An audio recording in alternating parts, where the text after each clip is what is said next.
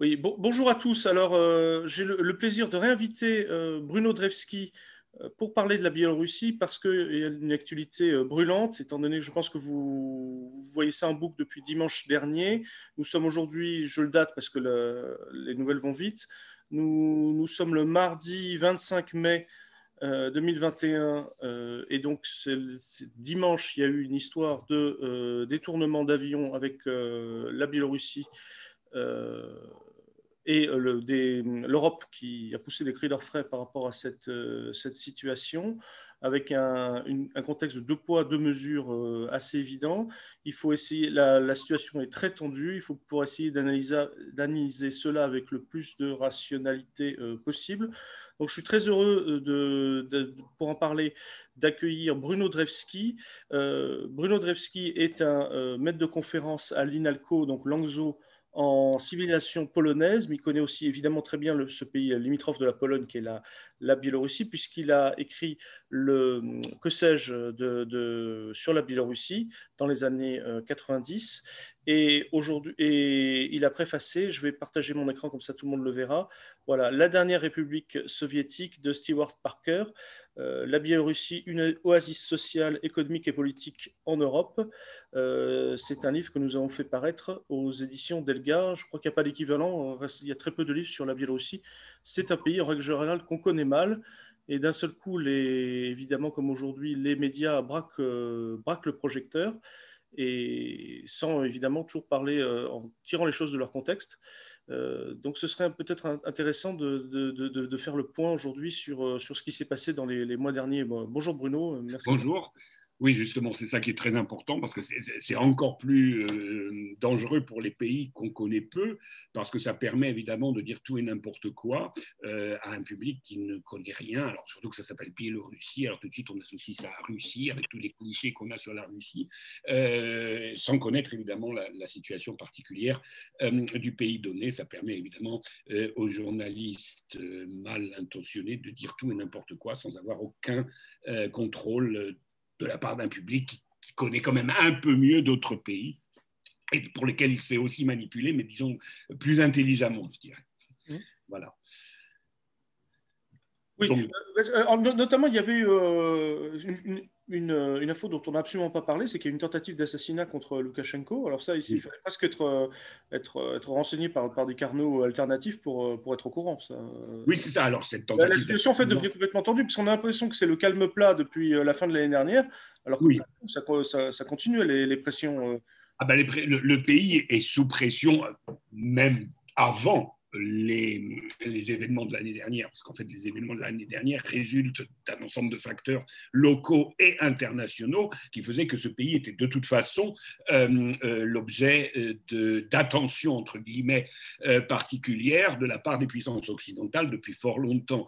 Donc évidemment, les événements de l'été constituent, si je peux dire, une apothéose dans le processus de guerre larvée entre les puissances occidentales et la Biélorussie, et bien sûr que les tentatives de changer le régime cet été n'ayant pas réussi, il fallait s'attendre à des événements tel que celui dont on parle, mais enfin, globalement, c'est sans doute le fait que les tentatives de changer le régime n'ont pas réussi. Alors, qu'est-ce qu'on peut faire quand on essaie de manipuler une révolution colorée en s'appuyant sur un certain nombre de mécontents, incontestablement, mais visiblement insuffisants en nombre et en force pour changer le régime? Il n'y a pas 36 solutions. Si on ne peut pas changer le régime à la suite, disons, d'un mouvement, entre guillemets, venant d'en bas, même s'il était lédité en partie de l'extérieur, il y a le scénario du coup d'État. Bon, le scénario du coup d'État en Biélorussie, ça ne fonctionne pas parce que depuis fort longtemps, les services de sécurité biélorussiens, qui s'appellent toujours KGB d'ailleurs, pour eux, il n'y a pas de honte à s'appeler KGB, ces services ont Ça veut visiblement dire comité de la sécurité d'État, en fait. Hein, oui, voilà, tout simplement. Mais enfin, bon, ils auraient pu changer de nom pour Oui, non, c'est sûr, oui. bon, ils ont absolument pas honte. D'ailleurs, devant le siège du KGB à Minsk, il y a toujours la statue de Dzerzhinsky, qui n'a jamais été retirée à la différence de Moscou. Dzerzhinsky, qui, il faut le rappeler, petite anecdote, est polonais. un fils de la terre biélorussienne. Il est polonais, mais il est né dans les domaines polonais, puisqu'il venait de la famille noble de l'actuelle Biélorussie. Donc il est le fils du pays quand même si effectivement il est polonais de culture et de langue, mais il est polonais de Biélorussie, puisqu'il y a en Biélorussie différents groupes ethniques, différentes langues depuis très longtemps. Donc, effectivement, la manœuvre coup d'État qui a été à plusieurs reprises tentée ne fonctionne pas non plus. Donc, qu'est-ce qu'on peut faire? Il ne reste plus que l'assassinat du dirigeant politique pour créer une situation. Et donc, il y a quelques mois, des agents américains, parmi lesquels évidemment des dissidents biélorussiens, se sont fait arrêter en Biélorussie et en Russie, où on les a accusés, et on les a arrêtés bien sûr, et on les accuse d'avoir tenté de l'assassinat de Loukachenko et de plusieurs autres dirigeants du pays. Alors évidemment, l'enquête se poursuit, mais alors évidemment, les presses occidentales, lorsqu'elle a abordé la question, l'a abordée sous l'angle de la rigolade, comme une espèce de paranoïa de la part de Loukachenko. Évidemment, je ne connais pas les détails de la situation, donc je ne peux pas, disons, prendre parti de façon incontestable, mais bon, ça me paraît loin d'être douteux qu'on ait projeté son assassinat, dans la mesure où nous savons bien que les services américains ont cette longue tradition d'assassinat de chefs d'État ou de tentatives d'assassinat de chefs d'État qui ne leur plaisent pas, de Fidel Castro à Kadhafi, de Kadhafi à Ngodin Diem, donc que ce soit des anciens alliés ou des ennemis, on a eu ce genre d'opération un peu partout, donc pourquoi ne le ferait-on pas dans le cas de Loukachenko, ce qui me semble donc tout à fait plausible. Et d'ailleurs, ce qui laisse quand même penser qu'on a affaire à quelque chose de sérieux, c'est que peu après ces arrestations, le président Loukachenko a mis en place un conseil de sécurité nationale qui, bien sûr, a comme objectif de veiller à ce que l'appareil d'État soit protégé, mais surtout d'être le successeur officiel du président de la République en cas d'empêchement de sa part, c'est-à-dire qu'en clair, en cas de grave maladie ou d'assassinat. Donc on a un mécanisme de succession qui a été mis et qui montre bien que le président a pris conscience de la nécessité de créer une structure qui pourrait le remplacer dans la mesure où il semble bien quand même qu'il se sente menacé. Voilà, et donc c'est encore un élément qui a très certainement provoqué les réticences encore plus grandes des puissances occidentales, et en particulier des États-Unis, vis-à-vis du processus en cours en Biélorussie, qu'ils ne maîtrisent absolument pas, puisque la révolution colorée n'a pas fonctionné, le coup d'État n'a pas fonctionné, l'assassinat n'a pas fonctionné, donc évidemment... on le sait bien, les services secrets ont en général peu tendance à vouloir jeter l'éponge lorsqu'une opération ne réussit pas. Donc on peut supposer qu'évidemment les tensions qui se manifestent en ce moment sont liées à cela. Et en particulier à l'affaire de l'avion dont on vient de parler. Mais là encore, je pense qu'il faut aussi le replacer dans un contexte international. Alors bien sûr, il y a les décisions qui sont prises à Minsk, et très certainement, j'aurais tendance à penser que la décision qu'a pris le président biélorussien d'intercepter l'avion est liée à sa volonté de montrer qu'il n'a cure de ce qu'on pense de lui à l'Ouest, puisque une semaine avant, l'Union européenne s'était déjà réunie pour envisager de nouvelles mesures de pression sur Minsk. Donc d'une certaine façon, j'ai envie de dire, l'arrimage de cet avion, c'est un peu, entre autres, pas uniquement, mais c'est un peu la réponse du berger à la bergère. C'est un point. Alors à cela, évidemment, s'ajoutent d'autres éléments qui me semblent qu'on peut prendre en compte parce que à peu près le même jour que l'événement a eu lieu, c'est-à-dire un petit peu avant, le ministre russe des Affaires étrangères Lavrov faisait une déclaration dans laquelle il disait bon, les Occidentaux, nos partenaires occidentaux, comme ils disent, nous parlent beaucoup de multilatéralisme en ce moment, mais leur multilatéralisme, c'est toujours un multilatéralisme à géométrie variable, c'est-à-dire ils choisissent qui doit participer à ce multilatéralisme et qui ne doit pas. Donc on a deux événements pratiquement simultanés, disons sur un mode un peu humoristique, si je peux dire, ou tout au moins caustique de la part de Lavrov, et sur un mode plus dur de la part de Loukachenko. Et je rajouterais éventuellement, c'est évidemment une hypothèse de ma part, à cela aussi le fort mécontentement visible des Chinois suite au veto américain, à leur initiative sur la Palestine, qui avait reçu l'approbation de tous les membres du Conseil de sécurité, sauf des États-Unis. Et il faut avoir en tête, évidemment, que les Chinois ont toujours été extrêmement prudents sur les questions internationales. Et donc, cette fois-ci, ils se sont mis de l'avant avec l'assurance qu'ils avaient l'appui de la totalité, disons, de l'ONU, et puis les Américains se sont retirés et ont mis leur veto. Donc, colère chinoise. Donc, j'ai un peu tendance à penser que y a eu un partage de rôle entre Minsk, Moscou et Pékin, c'est-à-dire, grosso modo, Moscou joue le bon flic et Loukachenko le méchant flic.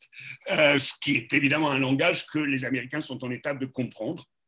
Et je pense qu'à Minsk, à Moscou et à Pékin, on a compris qu'il faut tenir ce langage aux États-Unis, puisque c'est le seul qu'ils sont capables de comprendre. Je pense qu'on a beaucoup regardé et analysé les films de Hollywood dans les pays de l'Est au sommet, et que maintenant on a compris qu'avec les États-Unis, on ne peut pas fonctionner autrement qu'en dans le scénario, si je peux dire, hollywoodien.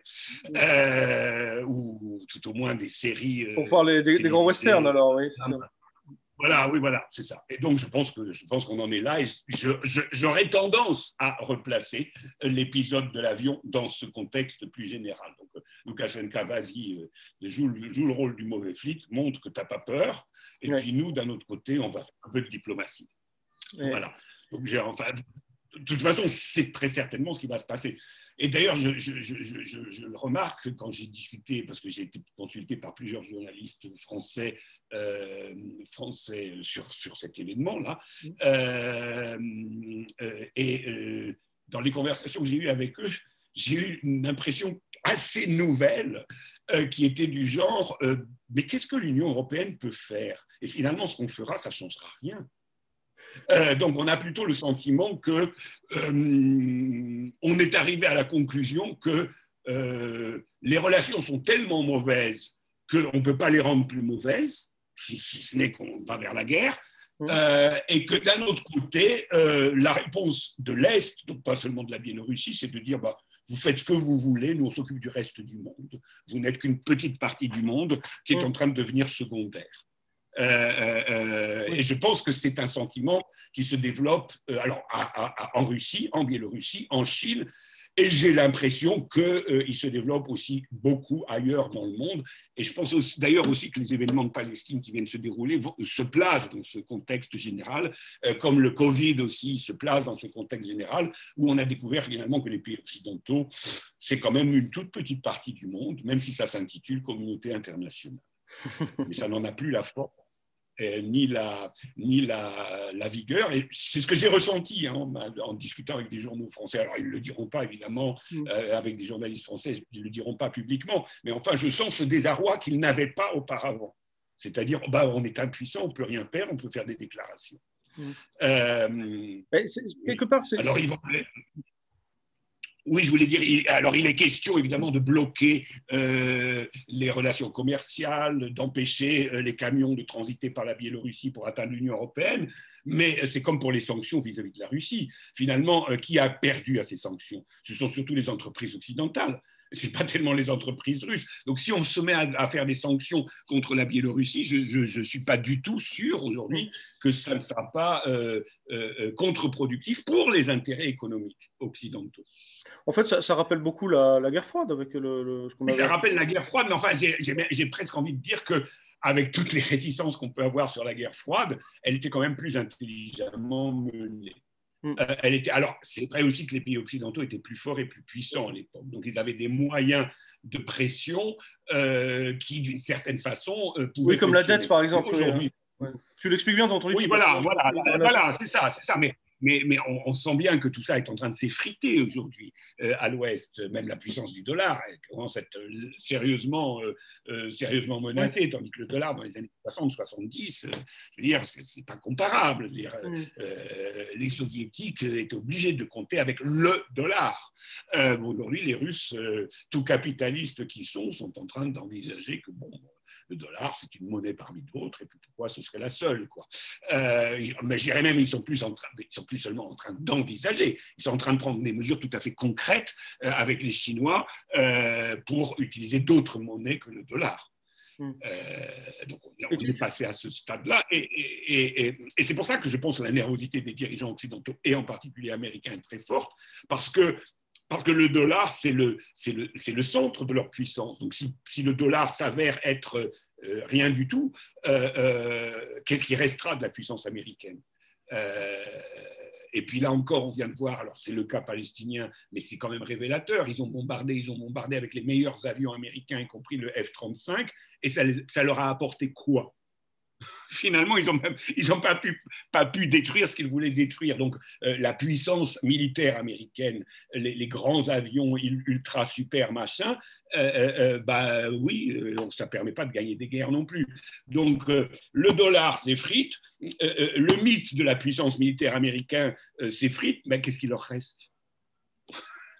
On voit bien que la Biélorussie, c'est une sorte d'avant-poste, oui, c'est ça. Une sorte de puissance très continentale hein, qui va jusqu'à la Chine, hein, englobant la Russie. Bien sûr, la Biélorussie. Et effectivement, vu qu'il y a le front à côté dans le Donbass, ils savent très bien que c'est des risques de guerre. Oui. Ils prennent des mesures. C'est aussi pour ça qu'on a vu le président Loukachenko avec une Kalachnikov. Oui, non, mais bien sûr, tout ça, c'est. Mais c'est aussi pour dire que si on leur mène la guerre, ils sont prêts à la mener. Je pense que c'est exactement, c'est ça. Je pense que c'est ça que ça veut dire. C'est fondamentalement ça. On le voit d'ailleurs même dans la politique intérieure depuis quelques mois. Non seulement on a multiplié les célébrations liées à la Seconde Guerre mondiale, ce qui est quand même déjà un signal, mais on a lancé toutes sortes de programmes d'études sur l'occupation allemande, mais aussi sur la politique polonaise d'avant 1939 en Biélorussie occidentale, les répressions, dictatures, etc. Tout cela, bien sûr, c'est lié à l'histoire, mais c'est révélateur de signaux qu'on envoie. C'est-à-dire, on vous rappelle ce qu'a été notre histoire, qu'on en est très conscient et qu'on n'est pas prêt à tourner la page et à oublier tout ça s'il le faut. Donc, ça veut dire qu'on est prêt à être mobilisé, quoi.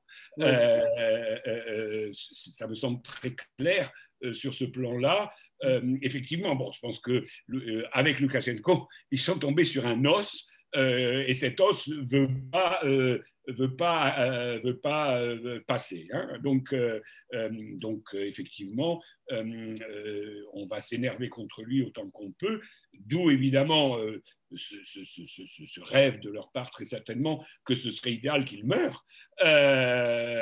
Sauf qu'évidemment, maintenant, on a quand même un État et des conseils de sécurité qui montrent qu'avec ou sans lui, je pense que ce n'est pas que lui, c'est la Biélorussie qui est devenue un État solide. C'est d'ailleurs une des grandes énigmes de la chute de l'URSS, puisque quand l'URSS disparaît en 1991, des 15 républiques issues de l'URSS, j'ai tendance à penser qu'à l'époque, les chancelleries du monde entier pensaient que s'il y a un pays qui allait disparaître le plus vite possible parmi ces 15, ça allait être la Biélorussie. Or, aujourd'hui, quand on voit l'état des républiques ex-soviétiques, on a plutôt l'impression de penser que la Biélorussie est certainement parmi les 15 le plus solide toute proportion gardée, bien sûr, Oui. mais en termes de solidité du système politique, en termes de solidité de l'économie, en termes de croissance économique, globalement, en termes disons, de relative égalité sociale aussi, c'est très certainement des 15 républiques ou ex-républiques celle qui finalement a su le mieux mener son bateau et finalement se trouver une identité politique, et ça me semble très important, une identité politique qui ne s'appuie pas sur l'ethnie, à la différence de tous les autres pays qui ont été obligés de se raccrocher au mythe ethnique parce que justement, ils n'étaient plus capables de bâtir une identité politique. Et en ce sens-là, d'ailleurs, la Biélorussie devrait, mais si la France était un vrai pays indépendant, ce serait le cas, devrait trouver un écho particulier en France parce que, si je peux dire, l'identité biélorussienne est très proche de l'identité politique française Oui. Et non pas ethnique. C'est une idée politique, c'est des valeurs politiques proches, on pourrait dire républicaines, mais eux interprètent ça en disant soviétique, mais c'est aussi cette modernité. Oui, mais bien sûr, c'est ça. Oui. Alors les termes peuvent changer, mais fondamentalement, qu'est-ce que c'est être biélorussien aujourd'hui? C'est appartenir à un territoire avec un système social spécifique. J'ai envie de dire, c'est presque jacobin comme façon de penser. On va appeler ça autrement, mais et donc, normalement, un Français devrait comprendre ça mieux que les autres, mais évidemment, avec les élites politiques que l'on a aujourd'hui et journalistiques en même temps. On aurait dû comprendre ça en Syrie, on a compris exactement l'inverse. On a défendu la chouannerie. Oui, exactement. Et c'est là où on voit la délicatesse voilà, c'est ça. C'est-à-dire que nous, on prend un bateau qui est en train de prendre l'eau et on quitte le bateau qui tenait la route. Qui tenait le cap plutôt, et ceux qui se comportent, disons, selon des modèles qui nous sont proches, on leur crache dessus. Exactement, voilà, c'est ça, oui, tout à fait. Oui, parce que on reprochait beaucoup aux Français d'avoir un côté universel, de voir exporter la révolution fut un temps, mais alors là, maintenant, même les gens qui sont un tout petit peu proches que nous, même sur des critères de laïcité, par exemple, on ne discute même plus avec eux. Ce qui prouve bien que c'est la France aussi qui est en danger. En ce moment, on parle même carrément que la France donne à l'Allemagne, enfin, soi-disant à l'Europe, mais ce sera l'Allemagne, c'est tout un symbole. Le traité d'Aix-la-Chapelle, carrément, c'est l'Empire carolingien qui relève de ses cendres. Puis le budget allemand militaire qui ne cesse d'exploser. Enfin, il y a vraiment des risques qui pèsent sur l'identité même. Oui, et puis si on regarde même un peu plus proche, alors je ne parle même pas de l'Europe centrale et orientale qui est le domaine réservé de l'Allemagne et vers lequel la France n'a aucun droit de regard. Mais en revanche, si on regarde comment l'Allemagne, les fondations allemandes, les services secrets allemands, les entreprises allemandes taillent des croupières à la France en Afrique, je suis loin d'être un partisan de la France-Afrique, par ailleurs, mais si on regarde quand même les contradictions inter-impérialistes, disons, on voit bien que l'impérialisme allemand marche sur les plates-bandes françaises. Alors que la France, ce n'est pas l'équivalent sur les plates-bandes allemandes. Donc là, on voit bien évidemment qui est le chef, quel est l'impérialisme en chef, et quel est le sous-impérialisme vassalisé. Tout à fait. Donc évidemment, indépendamment du contexte de rivalité interimpérialiste, si on peut détruire aussi ce qui participe de l'identité de la France, c'est-à-dire aussi son modèle républicain, ça aide. Bien sûr, oui. Donc ça, c'est évident qu'il faut. Bien sûr, oui. Je pense qu'il y a eu un sadisme particulier aussi dans l'humiliation de la Grèce, parce que c'est le pays de la philosophie, donc l'humiliation de la Russie aussi, parce que c'est le pays de la Révolution d'octobre. Il y a certains pays qui faut viser dans leur contre-modèle l'occidentalisation à l'américaine. Je pense que c'est. Et puis même, je dirais un peu plus loin, une vengeance contre des peuples qui ont été particulièrement connus pour leur antifascisme. Parce que c'est le cas de la Grèce. Je veux dire, la résistance grecque pendant la guerre, c'est pas rien pour un tout petit pays. C'est très juste. Et là, on retombe de son. Comme on l'a fait d'ailleurs pour la Yougoslavie, il fallait aussi lui faire payer le fait qu'elle s'est pratiquement libérée d'elle-même. Donc. C'est très juste. Ouais. Alors, tout ça nous ramène justement en Biélorussie. Donc, voilà. Mais justement, peut-être un petit peu pour éclairer avec le pays limitrophe que tu connais évidemment très bien aussi, qui est la Pologne. Justement, ce que tu me décris, c'est que le rideau de fer est toujours là, simplement c'est un tout petit peu déplacé à l'est. Mais du côté ouest du rideau de fer, il y a finalement, il y a aussi beaucoup les dirigeants polonais commencent à regarder plutôt vers l'est. Oui, alors oui, parce que la plupart du temps, c'était les plus. Ce qui est clair, c'est que la classe politique polonaise, appelons ça comme ça, j'aime pas ce terme, mais enfin bon, les élites politiques polonaises en 89 ont toutes basculé à l'ouest. Hein. Je pense qu'il faut toujours se rappeler ça. Les élites polonaises ont une capacité, entre guillemets, hein, de passer d'un seigneur à un autre de façon extrêmement rapide. Hein. C'est une histoire du XVIIe, XVIIIe, XIXe et XXe siècle. Hein. Donc là, sur ce plan-là, justement, on a peut-être fait un contresens dans les pays occidentaux en pensant que les Polonais sont viscéralement anti-russes, anti-communistes, anti-soviétiques, etc. Ce qui n'est pas tout à fait vrai, d'abord au niveau du peuple. Hein. Si on descend dans le peuple, ce sentiment n'est pas du tout si unanime, même si, je dirais, le paysan, pour parler de façon évidemment imagée polonais, a tendance à baisser la tête devant son seigneur et à accepter de tenir le discours du seigneur. Il n'en pense pas moins et il attend le moment où il pourra relever la tête. Donc ça, c'est un premier point. Mais en ce qui concerne les élites, la grande tradition des élites polonaises, c'est un très fort opportunisme, c'est-à-dire la capacité de passer d'un camp à l'autre en l'espace de quelques mouvements. Hein. Tu me disais, il y a certains signaux qui montrent que... Et alors, justement, dans le cas actuel, on a certains signaux parce que alors, le système politique polonais est assez spécial. Il faut savoir que, en fait, on a un système. Je parle du système politique. Je ne parle pas du tout du système social et économique. Le système politique polonais d'aujourd'hui est très proche du système qu'on a connu avant 89, en ce sens où le vrai chef de l'État, ce n'est pas le président de la République, ce n'est pas le Premier ministre, c'est le chef du parti. C'est exactement le système qu'on a. Jarosław Kaczyński dirige le parti, et parce qu'il dirige le parti, il dirige le groupe parlementaire majoritaire au Parlement, donc il dirige le Parlement, il dirige le Premier ministre parce que la Constitution est parlementaire, il dirige le président parce que le président a peu de pouvoir et que c'est un sous-fifre sans importance, il dirige les services de sécurité et il dirige la justice, sans parler évidemment qu'il dirige les médias publics qui représentent à peu près la moitié des médias polonais. Donc, en fait, on a un système d'hégémonie d'un parti au pouvoir et celui qui dirige le parti, il est véritablement en position clé. Donc, c'est lui qu'il faut regarder beaucoup plus que le président de la République, le Premier ministre, etc. Et là, récemment, justement, c'est-à-dire il y a 3 semaines, en fait, ce chef de parti, donc Jarosław Kaczyński, dans un interview à une chaîne de télévision privée et donc plutôt proche de l'opposition libérale, ce qui est quand même aussi intéressant, déclare dans un interview à bâton rompu qui parle de sa vie, hein, donc pas vraiment de discussion politique, et qui lui dit, le journaliste lui pose la question, mais quelles sont vos lectures en ce moment? Donc, c'est plutôt, j'aurais presque envie de dire, plutôt le genre littéraire. Alors, bon, il répond évidemment qu'il n'a pas beaucoup de temps pour lire, etc., etc. Le journaliste lui dit, mais d'après les rumeurs que j'ai, vous êtes en train de lire des livres de Piketty. Il répond, oh, je n'ai lu qu'un seul livre de Piketty, mais il a des choses intéressantes à dire, ce qui est déjà plus tout à fait du capitalisme libéral pur et dur, quoi qu'on pense de Piketty par ailleurs, mais ça, c'est autre chose. Mais je vois ça sous le signe du signal qu'on envoie. C'est pas un ultra-libéral, quoi, qu'il lit. Et puis, immédiatement après, le journaliste lui dit, mais et quelle autre lecture vous avez? Et ici, deux livres. Il dit, j'ai pas beaucoup de temps de lire, donc j'ai sur ma table de chevet que 2 livres.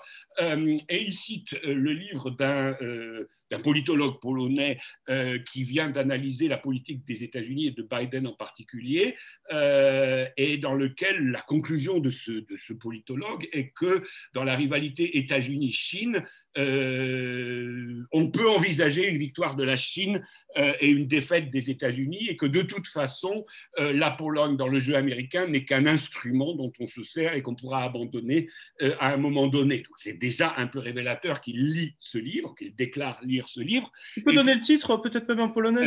Alors, c'est Confidence. Enfin, en polonais, hein, je traduis en français. Et puis, le deuxième livre, c'est un livre, toujours, alors là, pour le coup, d'un historien polonais qui, dans les archives, a trouvé, alors je ne peux pas parler de la qualité du livre, ça, c'est un point à voir, mais à la rigueur, c'est un peu important pour ce que je vais dire. la thèse de cet historien, à partir de ce qu'il croit avoir, à juste titre ou pas, je ne sais pas, trouvé dans les archives, c'est que peu avant sa mort, le maréchal Piłsudski, connu pour son anticommunisme, antisoviétisme, russophobie, etc., donc vers fin 1934, début 1935, aurait commencé à envisager de s'éloigner de l'Allemagne de Hitler et de se rapprocher de Staline. Bon, alors là encore, j'ai envie de dire, si celui qui dirige la Pologne montre ses bouquins comme étant ceux qu'il est en train de lire, j'ai envie de dire, c'est comme si c'était un signe, je pourrais changer d'alliance. Oui, peu importe que cette histoire soit vraie sur Piłsudski. Ouais, exactement, voilà, c'est ça. Les Italiens, une bonne expression, ils disent se non è vero, è ben trovato. C'est pas vrai, c'est bien trouvé. Donc, ça... Oui, voilà, c'est ça. Connaissant suffisamment les méthodes de Kaczynski, qui n'est sans doute pas un brillant homme politique, mais qui est plutôt ce que j'appellerais un politicien malin. C'est quelqu'un qui est très malin. Excuse-moi, c'est bien le frère jumeau de celui. Voilà, le frère, voilà, c'est le frère jumeau, c'est celui qui est pas mort, mais c'est l'éminence grise de tout le régime. Le connaissant, il n'a pas dit ça par hasard. Ah oui, c'est sûr. Il n'a pas dit ça par hasard. C'est-à-dire qu'il envoie un signal. Oui, parce que c'est tellement le représentant des plus réacs, quoi. Sûr. Voilà, exactement. Il n'a pas dit ça par hasard. Et donc, ça veut dire, grosso modo, le bateau américain semble prendre l'eau. Vous savez, je peux passer de l'autre côté. Ce qui n'est pas en Pologne quelque chose d'absolument extraordinairement surprenant, puisque les élites passent très facilement de l'un à l'autre. Les élites, par exemple, intellectuelles polonaises proches de la politique dans l'entre-deux-guerres, qui étaient connues pour leur sympathie pour Piłsudski, on les retrouve compagnons de route du Parti communiste en 1945, 1946, 1947. Les plus grands poètes, les plus grands écrivains qui faisaient des louanges à Piłsudski font tout d'un coup faire des louanges à la Pologne populaire. Alors, c'est vrai qu'entre les deux, il y a eu la dramatique occupation, mais quand même, le passage peut surprendre. Et puis, n'oublions pas, enfin, les soi-disant communistes de 87-88, qui un matin se réveillent en 89 libéraux, sans aucun problème, et qui passent du pacte de Varsovie à l'OTAN sans aucun problème. Et c'est là où je pense que les Occidentaux feraient bien de se méfier un peu plus, c'est qu'ils pensent que les Polonais sont tellement russophobes que de toute façon on peut tabler sur le fait qu'ils seront toujours avec l'Ouest. Or, c'est pas vrai. Les élites polonaises sont avec celui qui garantit leur petit pouvoir dans le pays. Donc, si les États-Unis, l'Allemagne, je ne sais qui, s'avèrent un cheval, disons, un peu boiteux, on passera à un autre cheval.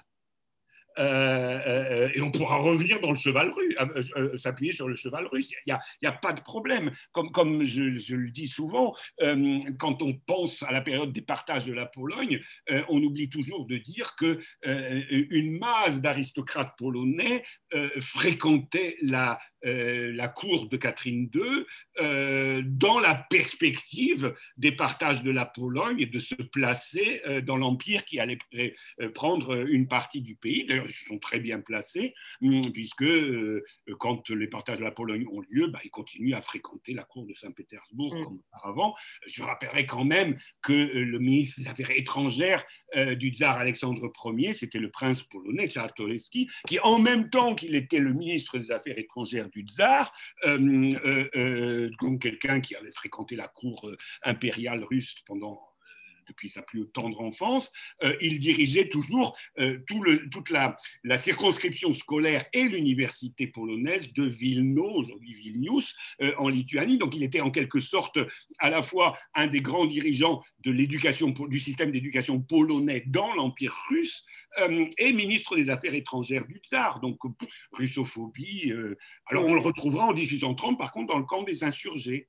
parce qu'à ce moment-là, la situation ayant changé, il a changé son fusil d'épaule. Pour le coup, il l'a perdu, mais ça, c'est autre chose. C'est sûr que cette capacité russophobie ou russophilie ne préjuge pas non plus aussi du contenu social. Là, oui, bien sûr. Là, je parle des élites polonaises sous Catherine II démontraient complètement l'unité nationale, alors que là, aujourd'hui, ce serait peut-être aussi défendre la Pologne par rapport aux risques de guerre qui peuvent... ça, c'est un autre... Oui, alors évidemment, bien sûr qu'à l'époque... Ils n'ont pas envie de tirer les marrons du feu pour l'OTAN. Parce que mais ils commencent à comprendre aussi que Kaliningrad est tout près et que si jamais il y a des armes atomiques à Kaliningrad, avant d'arriver à Talas, elles arriveront sans doute à Varsovie. Donc ça, effectivement, les Polonais l'ont compris. Alors là, pour le coup, ce n'est pas forcément les élites, c'est la masse de la population qui commence à trouver que la présence... Est-ce que la présence de bases américaines en Pologne est une bonne chose ou une mauvaise chose? Bon, déjà... c'était pas forcément accueilli avec énormément de sympathie, mais ça l'est évidemment encore moins parce qu'on sait très bien que les soldats américains en Pologne sont connus pour être des gens qui ne respectent pas particulièrement le droit et qui sont relativement violents quand ils boivent un peu trop d'alcool.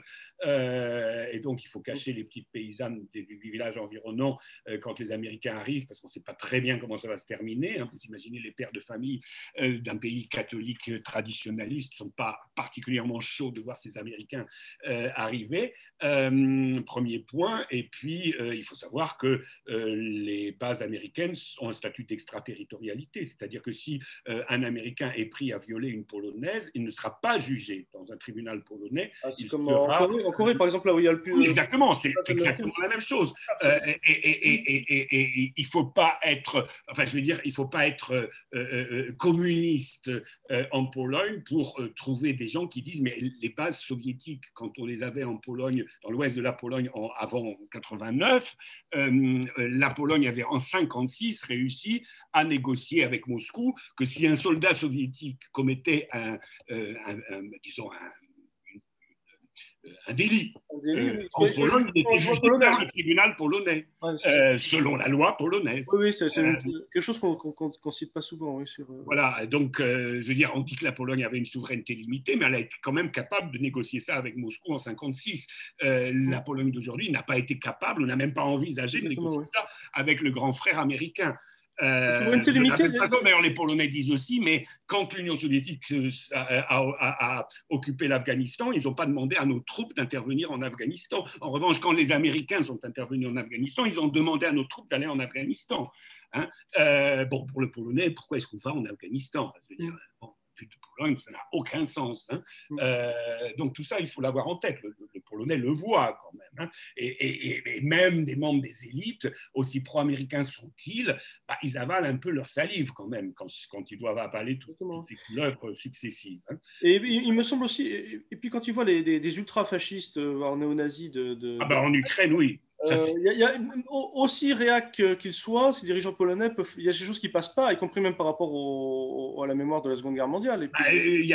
en grosso modo, les fascistes ukrainiens ont tué à peu près autour de 100 000 Polonais, dans des conditions, d'ailleurs, il faut le rappeler. Parce que Volhynie, les massacres de Volhynie.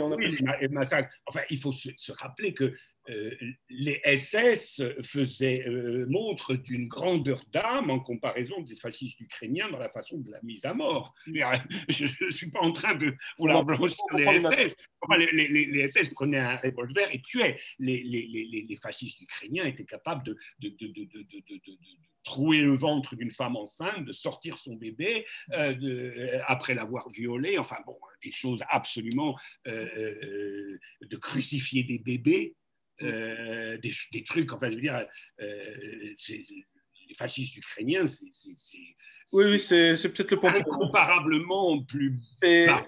Attention, tu parles des alliés de l'OTAN, là. Oui, je sais que tu parles des alliés de l'OTAN, mais enfin, je pense que tous les Polonais de l'extrême gauche jusqu'à la droite le savent. Oui. Et d'ailleurs, y compris les Ukrainiens le savent aussi, parce que tous les Ukrainiens, évidemment, il y en a qui de l'Est se rappellent attendez, je vais mettre ça. Voilà. Bon, donc le nationalisme ukrainien a très mauvaise presse en Pologne, comme en Russie, comme chez les Juifs, parce qu'eux aussi, évidemment, ils les ont subis. Alors, en Biélorussie, on a eu aussi des nationalistes. Alors, ils étaient beaucoup moins nombreux qu'en Ukraine, pour des raisons historiques, et puis parce qu'il n'y a pas de clergé gréco-catholique en Biélorussie, comme il y en a en Ukraine occidentale, et que le clergé gréco-catholique était quand même très largement marqué par cet ultranationalisme. Mais il n'en reste pas moins qu'on sait qu'il y a eu des collaborateurs des nazis, et en particulier le jeune là, qui a été arrêté à l'aéroport de Minsk lors du détournement de l'avion. Protasevich, c'est ça. Voilà, et lui, il est connu pour avoir été un des promoteurs de ce qu'on appelle le Jeune Front en Biélorussie, c'est-à-dire un groupe d'extrême droite qui a d'ailleurs participé à l'aide au bataillon Azov dans le Donbass lors de la guerre. Et une info qui ne circulait pas beaucoup. Moi, je me dis toujours, les Occidentaux, ils n'ont vraiment pas de bol, entre guillemets. Il se trouve des ex-fascistes sous la forme de Navalny. En Biélorussie, il leur faut trouver ce troupe-là. Ils ne sont pas capables de trouver des libéraux démocrates. Des gens un peu décents. Donne-moi le pédigré de Navalny, parce qu'on n'en parle pas beaucoup non plus. Navalny, il a commencé aussi dans l'extrême droite russe. Il appelait dans une de ses vidéos d'il y a une quinzaine d'années à tuer le musulman et le tchétchène. Ah oui, ça fait des ordres. Là. D'accord. Il ne parlait pas du terroriste, il parlait du tchétchène ou du musulman. C'est quand même pas la même chose. Bon, là, c'est du racisme et du fascisme caractérisé. Et puis en plus, comparer ces gens-là à des cancres-là, c'est une pensée d'extrême droite. Quoi. Oui, même le mot pensée leur fait un trop d'honneur, mais oui, d'accord. Donc, voilà. Alors évidemment, mais c'est ce qui explique d'ailleurs que même Amnesty International s'est un peu dégagé de l'appui à Navalny en disant oui, bon, on essaie de défendre le fait qu'il ne devrait pas être en prison, mais on ne peut pas considérer ça comme un prisonnier de conscience vu son antécédent politique. Si même Amnesty International, qui n'est quand même pas particulièrement regardante parfois sur certains cas qu'ils défendent, a dû retirer, disons, son appui total de départ à Navalny, c'est bien la preuve que, bon, ils n'ont pas pu se trouver un cheval un peu moins boiteux. Là, pour le coup, c'est la même chose. On va nous faire un héros qui a été kidnappé à l'aéroport de Minsk. On peut évidemment reparler de la façon dont les choses se sont faites, etc. Mais il n'en reste pas moins que ça ne sera pas un héros, c'est quand même un facho. Oui.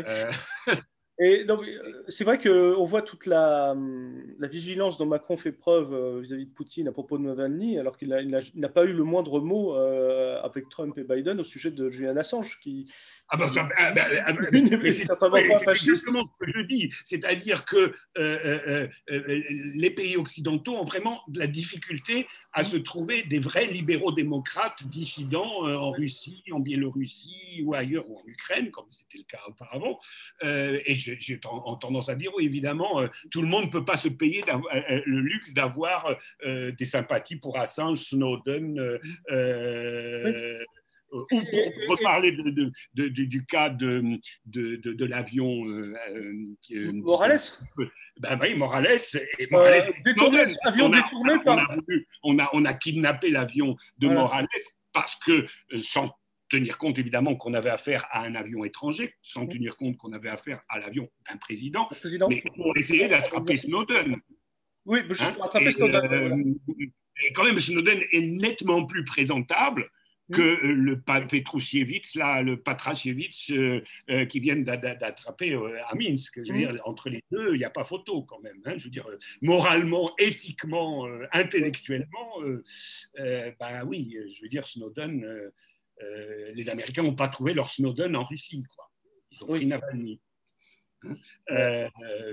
Et la même chose en Biélorussie, c'est-à-dire que soit on a des fachos, soit on a des midinettes qui n'ont aucune profondeur politique comme Tsikhanouskaya qui elle-même reconnaît qu'elle ne connaît rien à la politique. Tu es prof d'anglais, je crois que c'est ça. Donc, Oui, c'est ça, oui, j'ai une prof d'anglais. J'ai rien contre les profs d'anglais. Non plus, mais on voit bien que ça veut dire que ça a la fonction de parler à l'Occident. Ça semble. Voilà, c'est ça, c'est tout. Mais elle sort de métier, quoi. Soit on a des oligarques ou des apprentis oligarques comme Rodorkovski en Russie ou ceux qui ont soutenu les manifestations, enfin qui ont financé les manifestations de cet été en Biélorussie. Si j'étais un libéral démocrate, je pleurerais beaucoup parce que des libéraux démocrates à l'Est, ben, comme par hasard, on n'en trouve pas. Alors, il faut peut-être se poser la question pourquoi il n'y a pas de libéraux démocrates en Russie ou de vrais libéraux démocrates au sens occidental du terme, parce que finalement, grosso modo, à l'Est, soit on est communiste, soit on est carrément d'extrême droite. Oui, il semble. Il n'y a pas grand-chose, quoi. On espère justement que ce ne soit pas la répétition du Front de l'Est à perpétuité et que justement le communisme puisse l'emporter définitivement dans cette région, quoi, parce que c'est un peu ça l'enjeu, quoi, je crois. Non, bien sûr que c'est l'enjeu, mais c'est intéressant de remarquer à quel point l'idéal libéral-démocrate est cantonné au pays de l'Ouest. Oui, tout à fait. On ne le trouve ni dans le monde de l'Europe de l'Est, ni dans le monde arabe, où on a essayé de nous faire tout le printemps arabe, et finalement, tout s'est terminé dans l'extrême intégrisme religieux. En fait, parce que j'aurais envie de citer le Sourdo, mais quand il voit un peu les origines de l'ibéralisme dans cette démocratie du peuple des maîtres contre le peuple des esclaves, de la athénienne je ne sais plus, 7 premiers présidents américains qui sont des possesseurs d'esclaves. Les fondements du libéralisme sont bien sûr, mais au sein des citoyens. C'est quelque chose qui permet une sorte d'accord au sein des classes dirigeantes. Il y a quelque chose qui a à voir avec ça. Bien sûr, je suis tout à fait d'accord. Mais je dirais, on peut trouver dans les pays de l'Ouest une base sociale relativement conséquente de gens qui croient dans ces idées du libéralisme avant qu'on leur décortique ce que tu viens de dire. En revanche, dans les pays de la périphérie du capitalisme, appelons-les comme ça, le mythe libéral ne peut pas prendre. Alors c'est vrai que par exemple les Italiens nous permettent de penser un peu ces choses-là parce qu'ils ont 2 mots, ils ont libéralismo, c'est des choses même un marxiste accepte justement cet héritage libéral au sens l'habeas corpus, etc. Oui. Libérismo qui est le libéralisme économique, ils distinguent les deux en fait depuis très longtemps. Alors que il faudrait le faire en français. Alors que le terme de néolibéralisme, on a l'impression qu'en gros d'un seul coup il y aurait eu quelque chose qui serait complètement différent par rapport à avant. Enfin bon, oui, c'est ça. Oui. Le terme de néo explique très mal les choses. Mais oui, là tu nous fais bien prendre conscience en fait des enjeux qu'il y a par rapport dans ces pays-là. De toute façon, c'est soit le fascisme importé de l'Occident avec tout son attirail impérialiste, soit en fait on s'appuie sur ce qui a été les bases de modernisation de ces pays, c'est-à-dire grosso modo. Voilà, c'est ça. Tout à fait. C'est ça.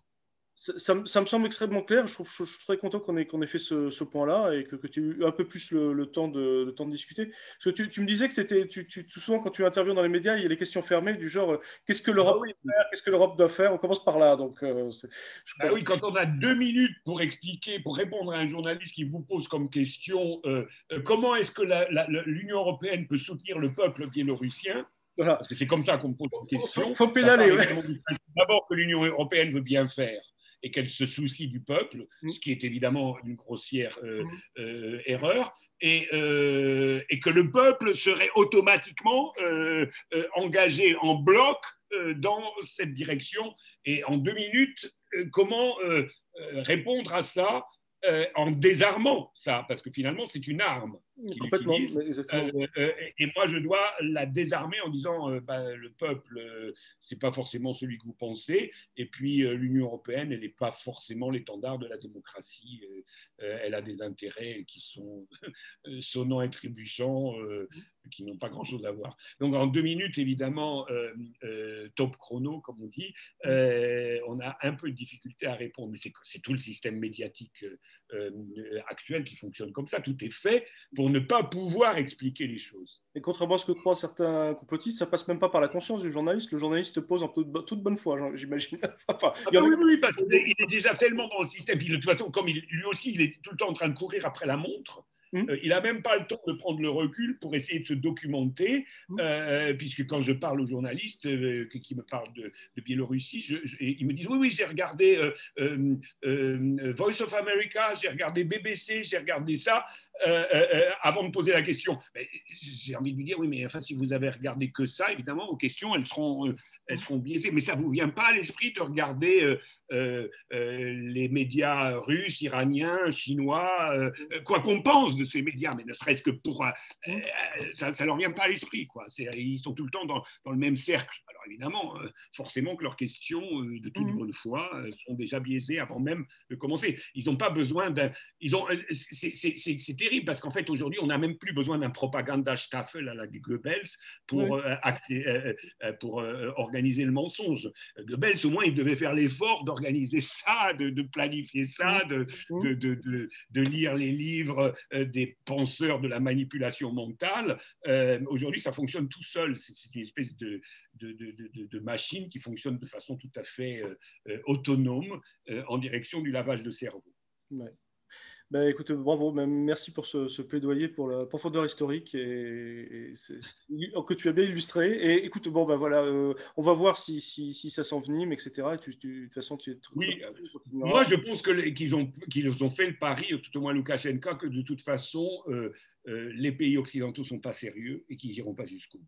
Ils vont faire de la figuration, mais qu'ils ne peuvent plus rien faire d'autre, parce que la seule chose qu'ils pourraient faire, c'est se lancer en guerre, c'est la seule chose qui leur reste. Or, ils n'en sont pas capables, indépendamment de leur volonté. Oui, et tant mieux.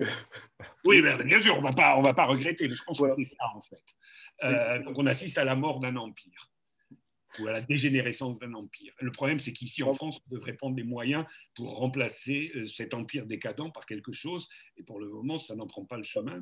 Par une nation prospère et progressiste, issue oui, c'est tout le combat qu'on essaie de mener, mais enfin bon, c'est un combat difficile. Hein.